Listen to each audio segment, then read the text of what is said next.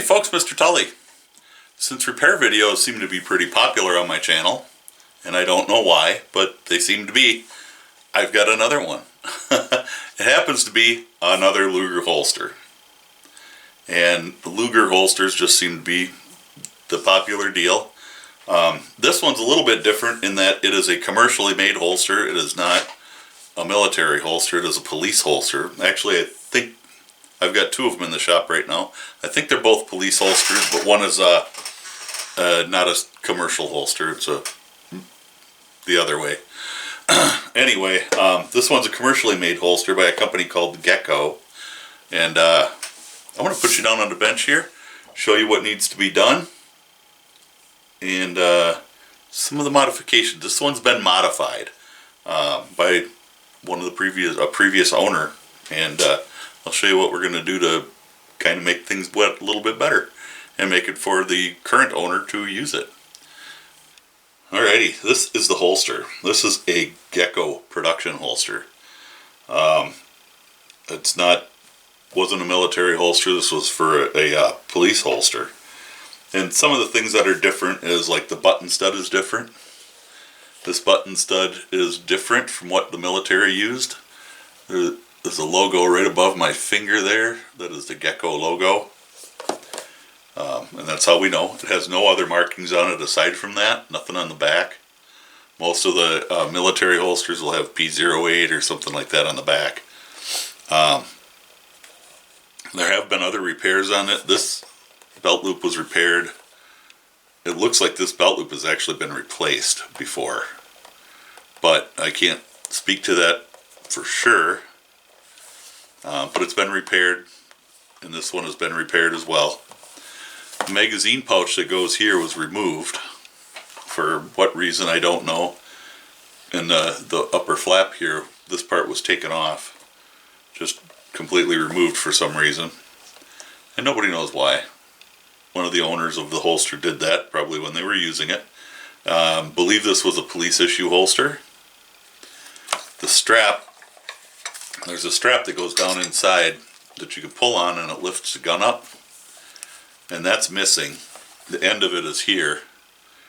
On the military holsters, the end is actually stitched in with this stitch line. You'll see that it runs long. And on the next holster that I do, I'll show you that it runs long. Because that's a military holster. And you'll see that it runs long, and that's where the strap is attached, is down here, to lift it. This one is attached up here. And don't know why, but it is. So I have a strap cut already to go down, and it's about ½ an inch wide. It's about 13 millimeters. And it'll run down, and it'll come out here. And at the end of the strap is like a bleed knot of sorts. I'll show you when I cut it, make the knot that goes in the end. It's a special knot that goes in the end so it doesn't pull through. I will have to borrow a buddy's Luger to test. I don't own a Luger myself. I wish I did, but we pass those up when we shouldn't, and I don't own one. So when after I fit it, I'll put that knot in there and I'll show you how I do that. And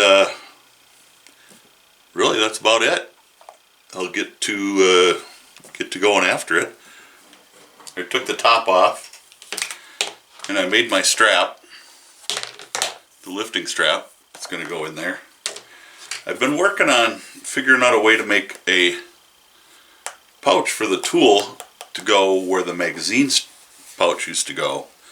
He didn't want to put a mag pouch on here, but he wanted to put a tool pouch on here. And this Geco holster didn't accommodate a tool pouch in the lid. And now I took all the stitching out of here because it was in pretty rough shape. And it just started popping anyway, so off it goes. So I came up with a little pattern. I stitched on a piece, just kind of quick stitched it on and made a stitch line that just kind of accommodated basically the pattern of the outline of the thing. From that, I took and I marked a piece of a folder and kind of figured out how I'm going to do this. And it's going to be two pieces. There'll be a back piece, which will be the whole thing, and then I'll take the top off. And there's a little cutout here. And for those of you that don't know the tool, this is the tool.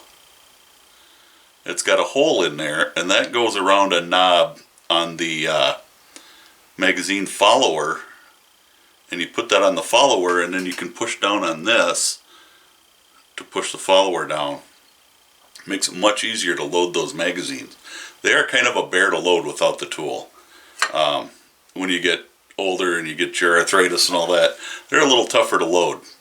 So that's what this tool does, is it goes over, that hole goes over the magazine follower, and you can push down on the little lever on the top there. And it helps, and it's a takedown tool as well. So it's got, you know, a couple of grooves in the back. This is an aftermarket tool that I picked up on eBay, and it's reasonably accurate. So I can use it for this kind of fitting, and if I need to make a magazine pouch or the tool pouch on a can't even talk today. If I got to make a regular tool pouch, but I wanted this to cover all of the stitch holes for the magazine pouch. And this is going to go, basically it'll miss that top hole, top one or two holes here. But it's going to be pretty close, and I think it's going to look okay. So that's what I'm going to use. I'm just going to make it out of some 3 to 4 ounce. I could probably use 4 to 5 if I wanted to. And I may change my mind depending on how this looks after I get it cut out and stuff. So I'm going to see how this looks, how it acts. If I get feeling froggy, I might do it something heavier. But I think it's going to be 3 to 4. So that's where I'm kind of leaving it off at. That's where I kind of left off. I've been kind of fiddle farting around with it. I've got other holster builds. I finished another repair job that I had. And video will be coming for that pretty soon too. But I'm working on, I've got a new holster build that I'm working on. So I got a bag or two going. I want to get my shop cleaned up, but I haven't had time. Believe it or not, I've been that busy. So busy is good. First of the year busyness. So that's where I'm kind of at. I'm just trying to keep my bench clear enough where I can keep working. So that's what I'm going to do. I'm going to cut this out. I do have all my holes marked. That was kind of a bear because I don't, this holster isn't separated on the side seam, and I could separate that and restitch it. It's not a real big deal to stitch that because it's only stitched from here to here. Because it's made out of one piece of leather with a gusset. It's actually got a little gusset in here. So I could take it apart and make it much easier, but with a long needle nose pliers I can get into all these stitch holes down in the bottom. I did have this stitched on there at one point, but it's kind of, gets into that design process, and this is kind of what I'm doing. So it's just a painstaking, long, kind of a, not even long, it's just, I have to stop and think, and you don't want to see me sit here and just scratch my head, do you? But that's where I'm at. So I'm going to trace this out on some 3 to 4 here. And this is a nice piece of leather. And I got to make sure I changed it a little, so I got to make sure I transfer my marks. Well, that's what it's going to look like. And this will close. The tool will fit in there, just like that. So it'll sit down a little bit. And this will close over like that. There'll be a button stud in there. And it doesn't need to be this long at all. The tool comes down to about here. I just thought it would look funny if I didn't use all those holes that are stitched in there. It would just look kind of odd, so I'm going to use the whole of them. And it should work out okay. That's my hope.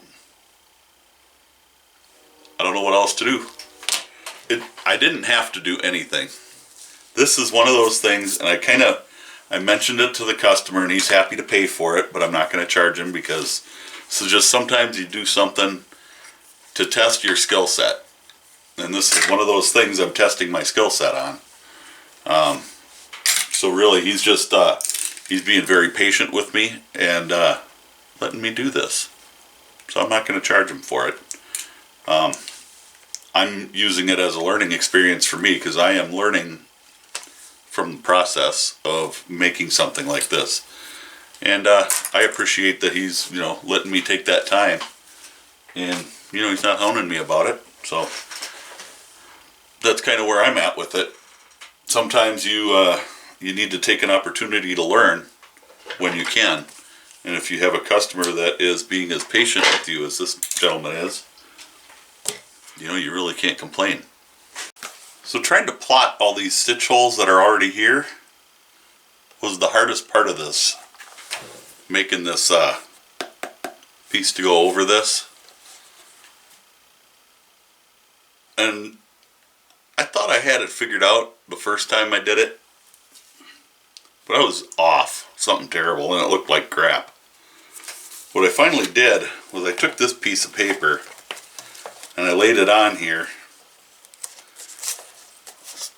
like that, and from the inside I shone a light through it, and I went along and I just started poking holes where the light showed through. I made sure that all these holes were clear of thread, just by kind of poking it all through it. Make sure all the thread's out, which you should do anyway. You have to get all the thread out of there. And then poked all the holes in here. Took it off the holster, taped it down to my trusty folder, and punched through the holes into my folder. And now from here I'm going to make a stitch line to go around it and do all that all over again, make a new template and go from there. So it's like starting all over again. I didn't like what I came up with. It did not look right once I got it made, and once I started looking at it against the holster, it just did not look. I mean, I'm going with the same design. It's going to look the same. It's going to function the same. But for some reason, it just didn't look right. The stitch holes in the bottom were funky. They're still going to be funky, but there's nothing I can do about it. But they're really kind of ugly on here. I don't know. They're not going to be a whole lot better. But they seem to conform to some kind of a spacing. I can take my 2-prong 4mm punch, and when I start comparing them to the holster, I can pretty much hit just about every hole here with some reasonable facsimile of this is how they go. So I'm going to be able to use a 2-prong punch to punch a lot of the holes. And I'm going to punch each set of holes as I go with the holster. I'm going to check the holster, check the hole, check the holster, check the hole. And that's the way I'm going to do it. So I'm going to kind of make a stitch line this way and kind of hope for the best. I really can't do much else. So I'm going to just mark the holes on the leather, and then I'm going to go along and I'm going to punch them with a 2-prong punch. Hey folks, stitching this pouch on to this Geco holster, Luger holster, and as I'm going here, I'm getting deeper and deeper inside. Now, I could have gone and split the side and just spread it open and done this. Probably would have been a lot easier, but I never like to take out stitching that doesn't have to be taken out. The top flap was different. It started popping. I had to take out some of it to put the strap in, but the rest of it didn't have to come out necessarily, but it started popping and it was not good thread. So I decided that I was better off to just take the whole top off it. I wanted to avoid doing that, but I really felt it was better to take it off. And that's kind of why people send stuff my way, is because I can make that judgment call. I did talk to the customer first, well, emailed. Some customers call, some it's email. And I let them know the situation before I did anything. But, and I kind of discussed that, told them that up front too. that it might be what it comes down to. But when you get down inside here farther, and this is where lighting is so crucially important.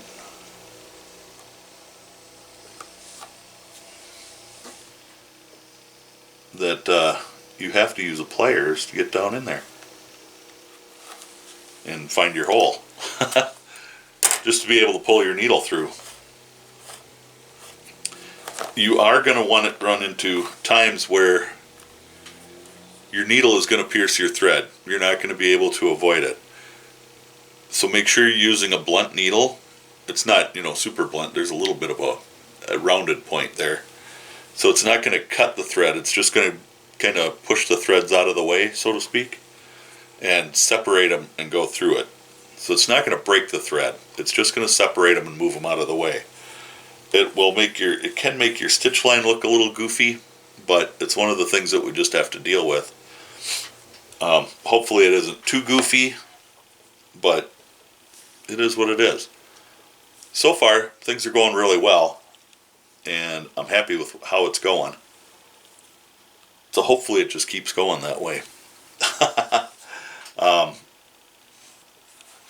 But I guess that's really all I needed to say.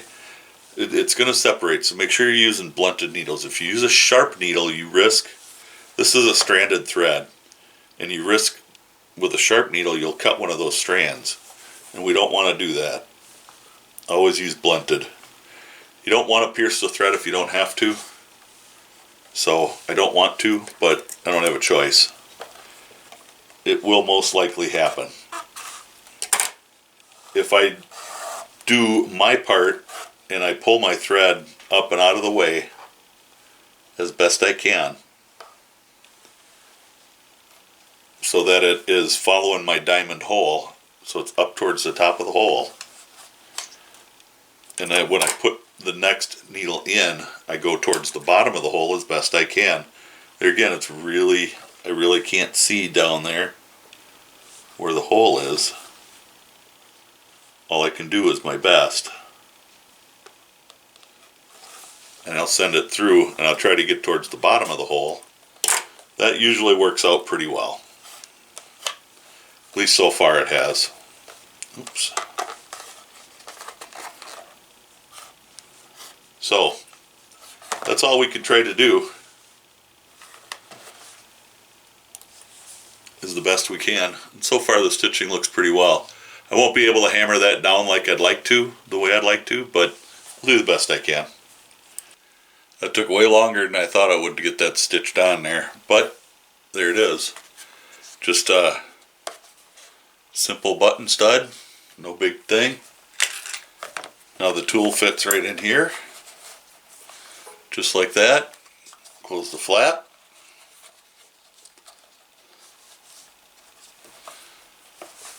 And there you go. Pleased as you could be. And if you don't push it in all the way, it's fine. There's room there. So, I mean, you really don't have to push it in all the way. So there it is. That's what I came up with to solve this gentleman's problem.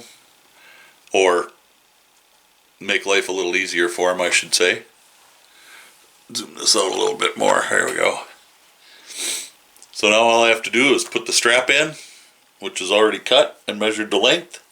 Put the top flap on, which stitches in the strap. We're getting darn close to the end of this project. My lifting strap, stitching it in right now. I'm getting the top of the holster back on. I did take that the opportunity to treat some of this area under the flap here where it's not going to be able to be treated later. Put some Connolly side care on there and left it at that. There isn't much else I can do for it, but that's usually all you need to do. And under the pouch that we added here, which holds that tool very nicely, I left my tool in there for the night, so that fits quite nicely. And I think I hope he'll be happy with that. I think he will be. It came out pretty good. It wraps around there good. I'll throw in some pictures at the end here because I'm going to send him pictures anyway. I'll throw some pictures in at the end so you can kind of see it, see how it looks. And yeah, it came out pretty good. I'm happy with it. When the holster is closed, it almost covers that whole flap of that up. It's nice. I like it. I'm really quite pleased with it. When you're pulling your stitches tight on this old leather like this, you got to be really careful that you don't pull it too tight, because leather this old, remember this leather is like 80 years old. So you really want to be careful that you don't pull it too tight, because you can, and I have in the past, pull right through it. And that's, in severely dry leather that you can pull through it, but just the same, you want to make sure you're careful with that so you don't do it. So I'm always careful I don't pull too tight, just a little snug. On new leather, it's a different deal, You can pull a little tighter, get your stitches nice and snug. This old stuff, you got to be careful. I have the top back on, and as I was finishing that up, I noticed this belt loop, this one here, the knot, this has some really bad knots in it. They're really just frayed and stuff. The knot that was on this belt loop back here went between both of these. It really shouldn't have. There should have been two separate knots. But it broke off. I don't know how well you can see here, but there was a knot here between these two stitch lines, and it broke off. Just kind of tells you how brittle some of this was. So while it's here, it's not loose or anything, but while it's here, I'm going to go ahead and restitch that belt loop so that we don't have to fart around with shipping again. I'm sure the customer will understand. If he doesn't, it's okay. I won't charge for it. But since it's here, I'm going to take care of that. I just noticed that. It could have happened. A thread could have caught it and just yanked on it a little bit and pulled it off. But the thread on this holster is pretty brittle, so the rest of it seems to be pretty solid, though. All the stitching around here is solid. I can pull on that pretty hard and it's not going anywhere, so I'm just going to restitch that. The things you find sometimes, you got to deal with it. I think I've got it's just two small stitch lines, so I think I've got enough thread left over from some of the other stitching that I can just whip those out. So I'll be back. The Geco holster, the Geco Luger holster. Done. Finally. Had to those stitches in here for that. The top all stitched down. Came out really nice. I'm happy with it. The pouch for the tool. I know I went the whole length because I just wanted to cover those holes. I only needed to go about this far with it, but that would have left all those holes empty. I just wanted to cover those holes. I think it turned out great. The lifting strap came out perfect. I love it. So I'm going to get this all boxed up and sent back to my customer. I hope he loves it as much as I like doing it. I love a challenge every once in a while, and something like this is always a challenge. As was the last holster that I did too. Some of these things can be challenging, but I like doing them. It makes me feel good. So, that being said, if you like what I do here, the repair work, that kind of thing, hit the subscribe button. I've got a lot more coming. I like doing the repair work, and I do quite a bit of it. I just, I never knew that people liked seeing it. So I'm going to keep bringing it. It seems to do pretty well. It seems like people like it. So I'll keep putting it up. At least some of it anyway. I probably won't put it all up, but I'll put some of it up. And yeah. So hit the subscribe button if you want to see more of it. Hit the like button, I always appreciate that. And you can hit the dislike button if you don't like it. I'm okay with that too. With that, I'm going to say stay safe. God bless. We'll catch you in the next video.